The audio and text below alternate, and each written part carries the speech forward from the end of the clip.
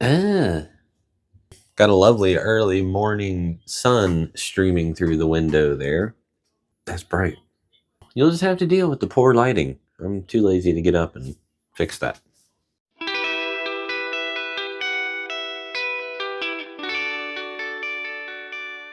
Today I want to tie the Burkish Damsel Nymph, and I'm calling it the Burkish because it's actually Burk's Damsel Nymph.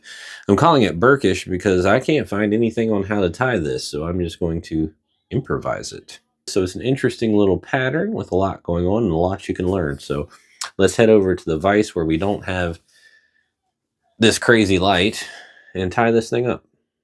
So the first thing we're going to do here is take care of our little tail. We're going to add some tailing material to a piece of ultra chenille here. So what I'm going to do is I'm going to take a little bit of super glue and put a dab right on that ultra chenille, and then I'm just going to come in with a CDC puff, and I'm just going to touch it right to that super glue.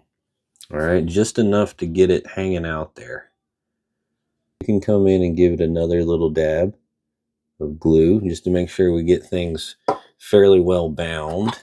If you're going to put some thread wraps on this, which I advise you to, take your tag end, lay it down the length of that ultra chenille, and then take your thread back behind and start wrapping towards yourself, a little bit opposite of what you generally would do on the vise, and that will just immediately bite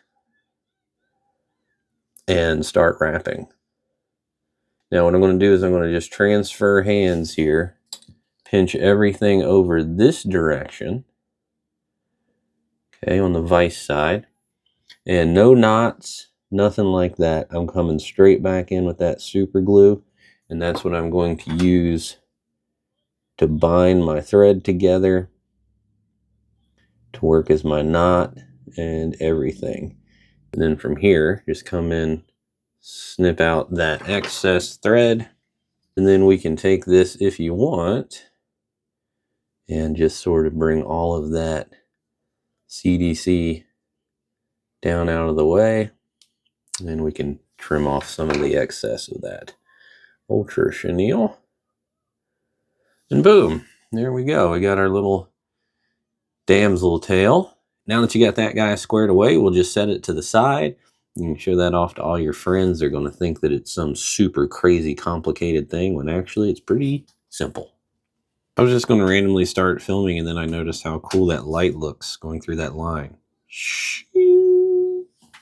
I'm going to take a piece of 25-pound test line, and I'm going to get a little dollop, just a dollop of UV resin right on the end of that.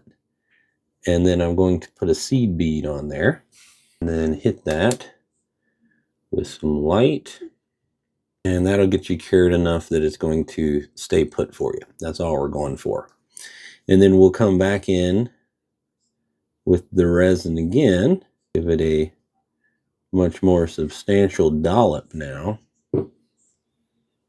And I'm not going to use all of this. I just want to make sure I've got it all good and coated. And if you work with small enough seed beads, it'll give you a nice small eye. Give that a nice dollop. It's going to give you that nice round shape. I'll kind of move it around just a little bit to get it the shape I want. For me, one of the big things I like about doing it this way is how easy it is to control the spacing on the eyes.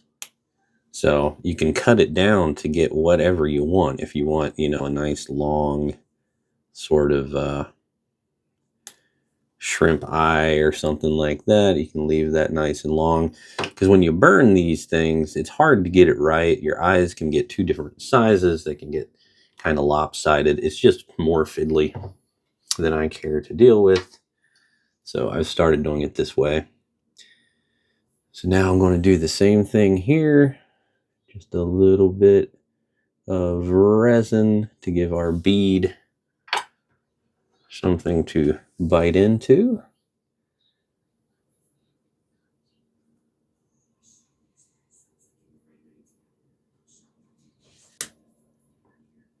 And now I'll just do the same thing. I'm going to come in on this other side and put a dollop of resin, just like we did on this side, to give us that nice round buggy eye. You can see doing it this way gives it like a little bit of a pupil. It's just a fun way to create this sort of buggy eye. So you need to have those eyes prepped. You need to get your little tail prepped. And now we can start whipping this guy up. So I'm going to tie this guy on a size 10 nymph hook. And I'm going to start dressing that with some olive 6/0 thread.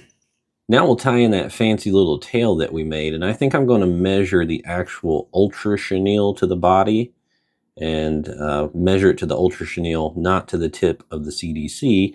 That'll give us a little bit of extra length. We want that nice damselfly nymph long tail section there. And I'm just going to tie that in, keeping it right up on the top. So for the back, I'm going to use some thin skin. I'm going to tie that back just right there on the top.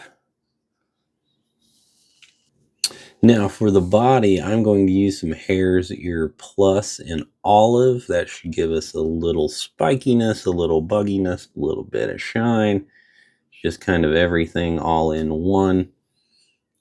So that's what I am going to use. Again, you could use about anything you want, really. And I'm going to kind of let it do whatever it's going to want to do. We get some good spikes. Let's get some good spikes. We need legs on this anyways, and from what I've seen, there's no traditional leg tied in. So see, I try to let that front spike out a little bit more than the back. Keep kind of the heavier leggy looking bits up towards the front. Now I'm going to go ahead and stretch that thin skin up and over and catch it up here and tie it down. And I'm going to go ahead and fold it back again. And now let's tie in those fancy eyes that you made. Nice, big, pronounced, crazy looking eyes. These nymphs have that big sort of diamondy shaped head, so these, you know, kind of over the top eyes are going to help you achieve that. So I think I'm going to shake it up just a little bit on the head to set that head apart some. I'm going to use a dark olive. I used a just standard olive for the main body. So the head, to just set it apart somewhat, I'm going to use a dark olive on that. So just kind of look around. Make sure you don't have any overly thin areas. I'm going to get just a little bit more underneath. It's a little thin, so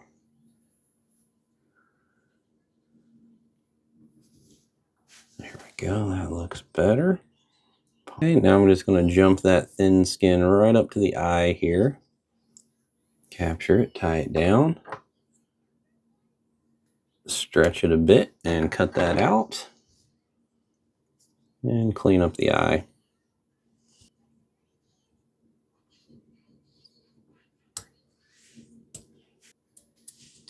There we go. I brushed him out just a little bit to get a few of those legs kicking.